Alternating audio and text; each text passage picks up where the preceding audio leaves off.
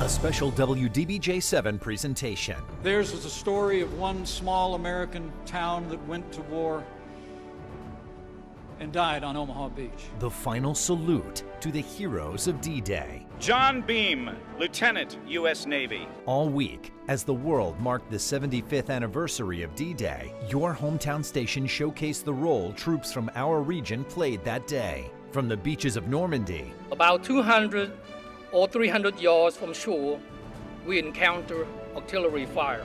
To the ceremony in Bedford. We need to know the enormity of what took place that day. Stories of bravery and sacrifice. The things they carried on D-Day.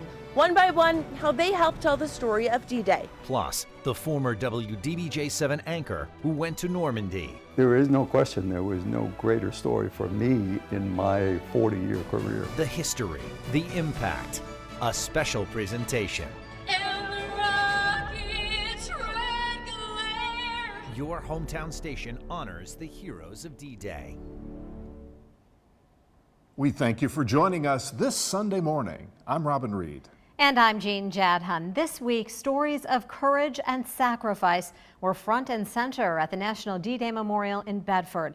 We want to use the next 30 minutes to take you back to those moments.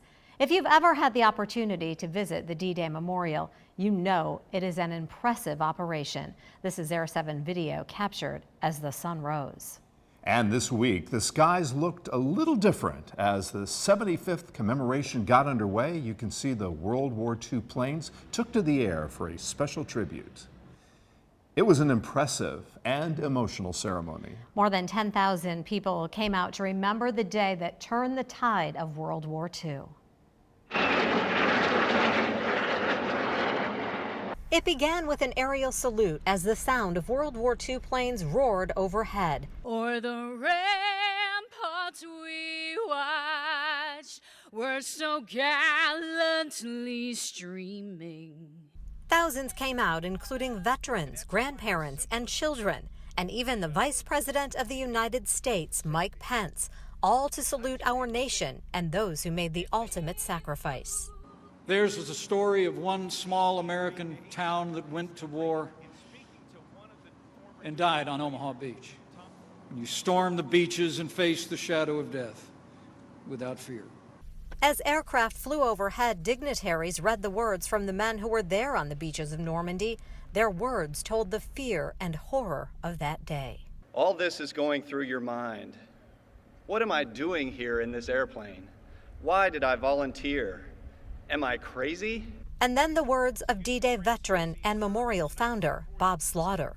The water was turning red from the blood.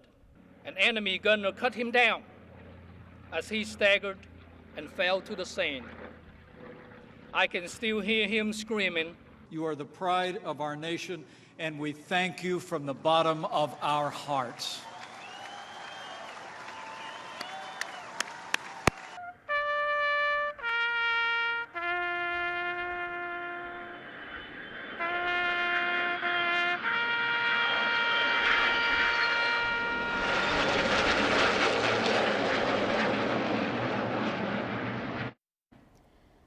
Perhaps no hometown understands the price of freedom quite so much as Bedford. Leanna Scacchetti shows us how their vow to never forget goes well beyond the commemoration held this week. If you ever let yourself wonder what it was like to storm the beaches of Normandy June 6, 1944, your imagination is magnified inside Bedford's National D-Day Memorial. It's to all of those communities in our country that nurtured these citizen soldiers who went away to war, and so many of them never came home. April Cheek-Messier heads up the D-Day Memorial Foundation. A storyteller and history buff at heart, she knows the names of all 22 Bedford boys and knows the empty spaces they left behind. It was certainly a time of deep grieving and mourning that I think would happen for many, many, many years. 19 young men from the small town, most side by side, were slaughtered within the first 15 minutes on the beach. Days after June 6th, the news reached Bedford's telegraph operator. It begins telling her one after another that Bedford, we have casualties. It was the greatest loss per capita of any town. Little was known about what happened on D-Day by families at home until a veteran with a vision helped spur the movement for the National D-Day Memorial. Bedford stepped up to the plate. As has been the Foundation's practice for previous public programs, we shall dispense with formal introductions. President Bush came for the dedication in 2001 to see that vision come to life. A reality made possible with the help of a young Chief Messier, a Bedford native who doesn't have to imagine the pain felt by an entire town. And it just really gives you an insight into what one generation did for all of us. In Bedford, Leanna Scacchetti, WDBJ7. National D-Day Memorial did not exist in 1994 when the world marked the 50th anniversary of the Normandy landing, and the story of Bedford's sacrifice wasn't as widely known as it is today. Joe DeShiel looks back with former WDBJ7 anchor Keith Humphrey. There is no question there was no greater story for me in my 40-year career. For Keith Humphrey, the story started with two men, two of the Bedford boys who survived D-Day. Ray Nance, a lieutenant who wondered why he had been spared while so many others died. They never come home to get married and have children, families. They were denied that. Why? And Roy Stevens, who lost his twin brother Ray on D-Day. He says, I won't get back here. And I got after him for saying that. He was right. The thing that strikes me over and over again from my memory and looking back on it is, to a man, every one of them knew after the fact that if they survived, it was the luck of the draw. Humphrey and WDBJ7 photographer Scott Ayers set out to tell their stories and to hear from those who suffered here at home as the extent of Bedford's loss became clear. The Roanoke operator typed to me, she says, we have casualties.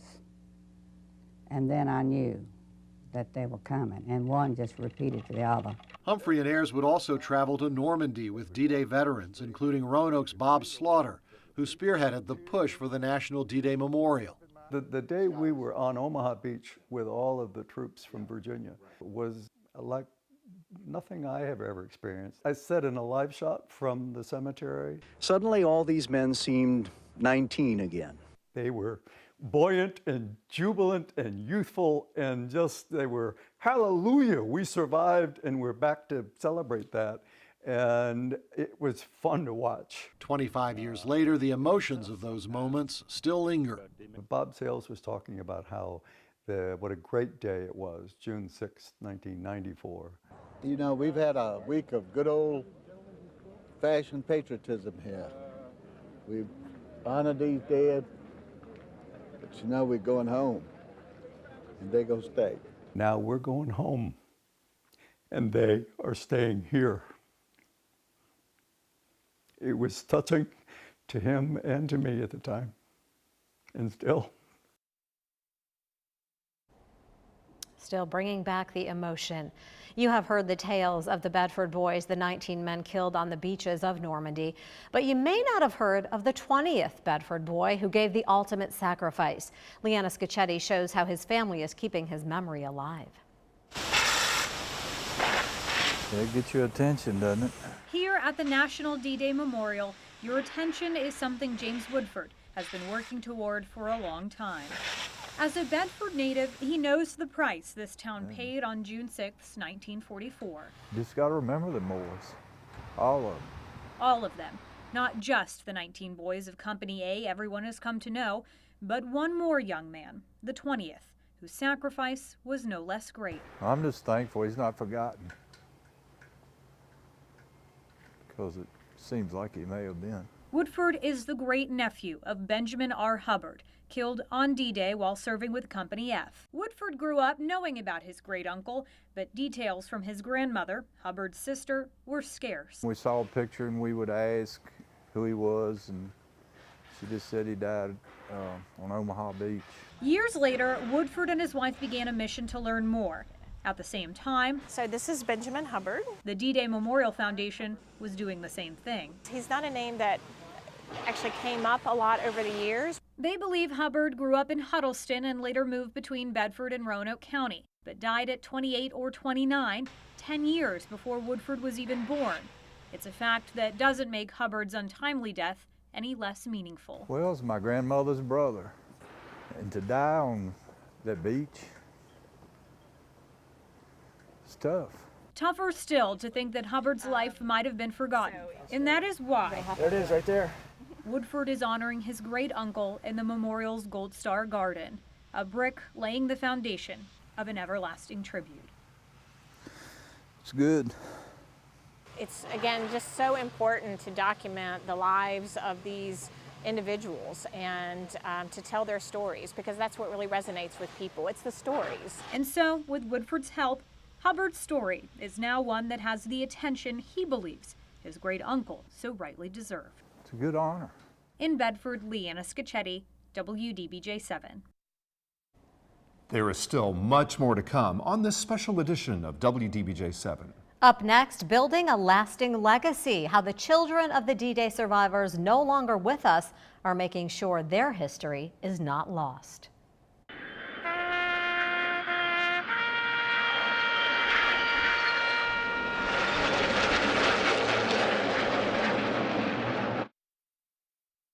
I can't imagine going through all that. I just can't imagine it, you know? It's just horrific. Many of the heroes who survived the Allied landing at Normandy are no longer here to speak about those moments. Instead, their legacy must live on through their children. Tim Saunders caught up with one of the women who has a unique tie to two of the famed Bedford boys. Twin brothers, torn apart by D-Day. The story of Roy and Ray Stevens has been told widely in recent years. That wasn't the case when Roy's daughter Kathy was a child. All we knew growing up was that he lost Ray. Ray and Roy Stevens were Bedford boys, members of the 29th Infantry who stormed France on June 6, 1944. Ray died on the beach at Normandy. Roy discovered his brother's dog tags on a grave days later.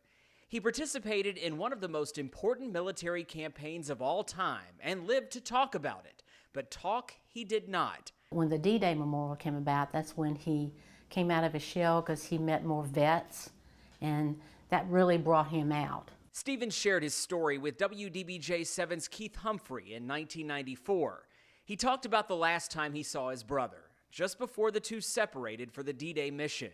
He took his hand out to shake my hand, and I said, I'll meet you at Verville Samir, there in at Fox.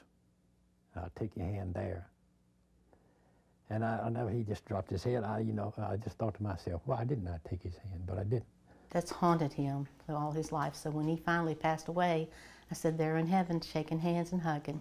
Stevens says her father was far more open about his experience in later years, working to educate younger generations about his experience. He really enjoyed going around to schools and talking to particularly the elementary kids. Roy Stevens thought it was vital for people to understand the significance of D-Day.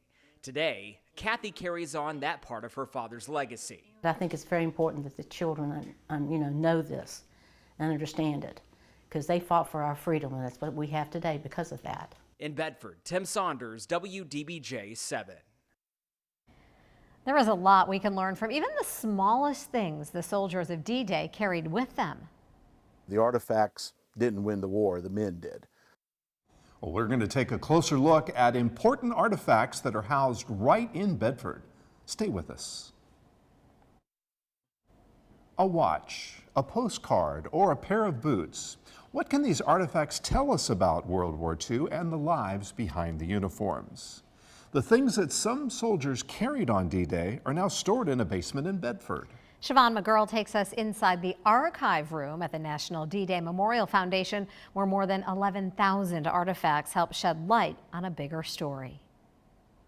In this crowded room, you can pick any box off any shelf, open it, and you are almost guaranteed to find treasure. It's chilling sometimes to look at some of these artifacts and know that in some cases a man died holding this, these tangible reminders of what happened in World War II. John Long is in charge of this room, where you walk between war medals, pictures, and uniforms, bringing you closer to the most personal aspects surrounding June 6, 1944. This is one of the most poignant items in our collection. And in some cases, the exact moment everything changed. And it is stopped forever at 8:25 a.m., the moment we assume that he died. So this is actually recording the moment of the death of a D-Day hero. Most items were donated to the memorial by family, like these boots. That's the way he wanted it. He wanted these to be preserved. Long carefully curates, numbers, and stores each of the artifacts until the foundation can build a museum. Now at 11,000 items, some still stand out,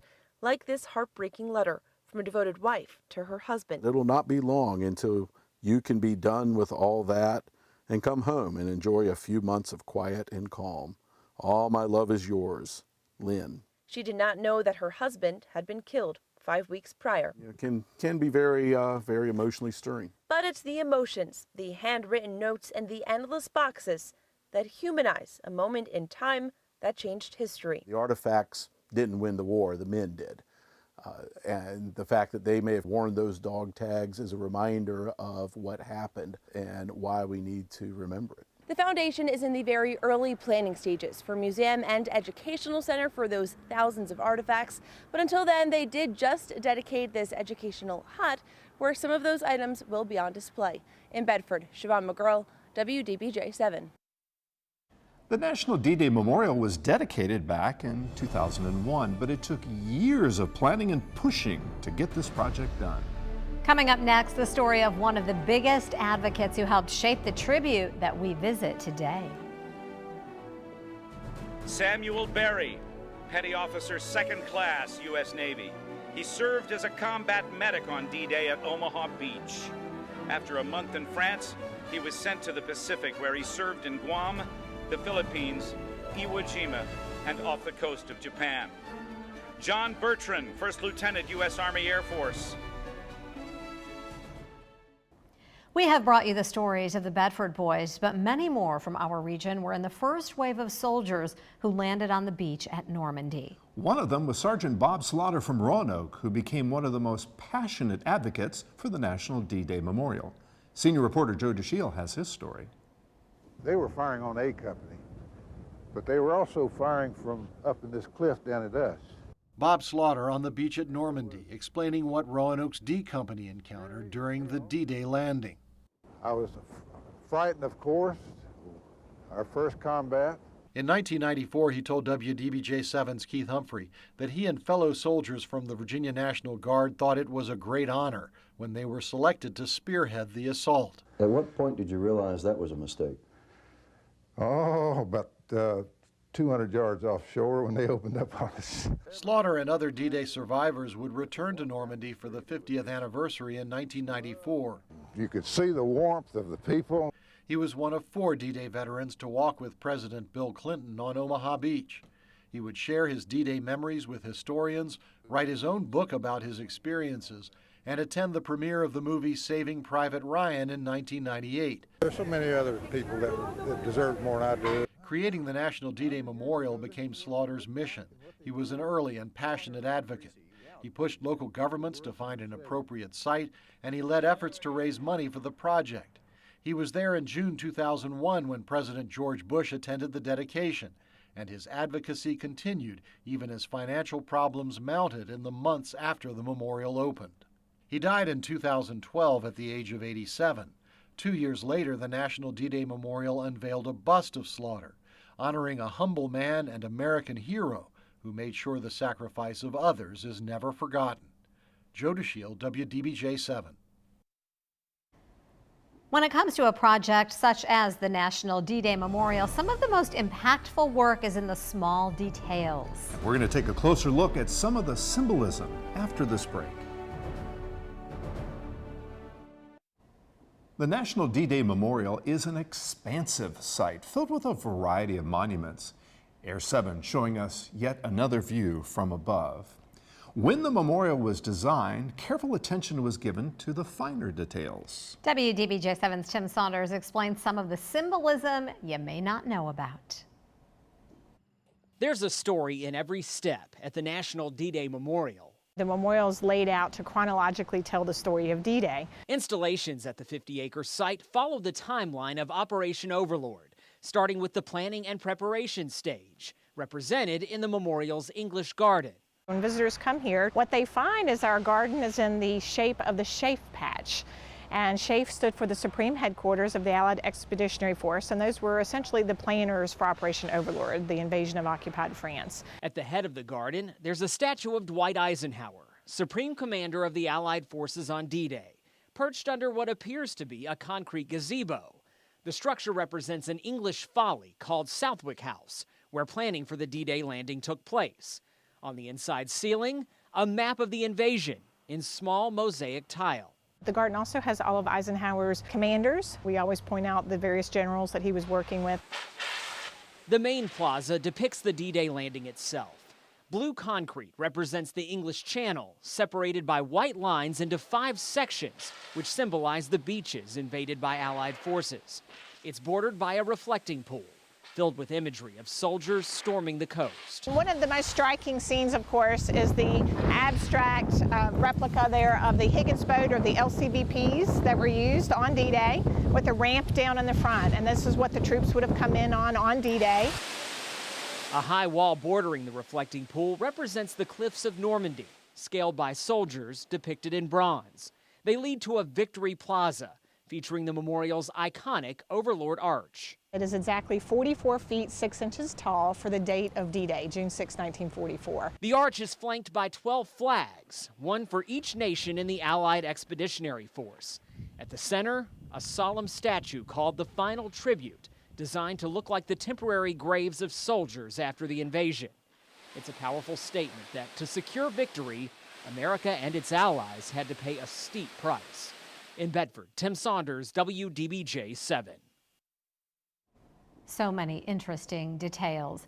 There is much more to the stories we have brought you this morning. To hear full interviews and new perspectives from our reporters, listen to the Final Salute podcast, available on SoundCloud.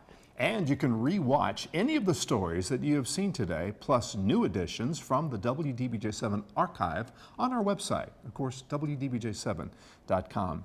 You know, Gene, they told us on the day of the ceremony that they set out 10,000 chairs, and they filled them all, and probably a little bit more. It was a huge crowd that came out for this very special occasion. And it was very nice to see veterans from World War II who were there, and to see them honored one by one. Each veteran from World War II was honored for their service. Each so humble as they sat there and, you know, just appreciated what was happening. We want to thank you for joining us this morning. Have a good day.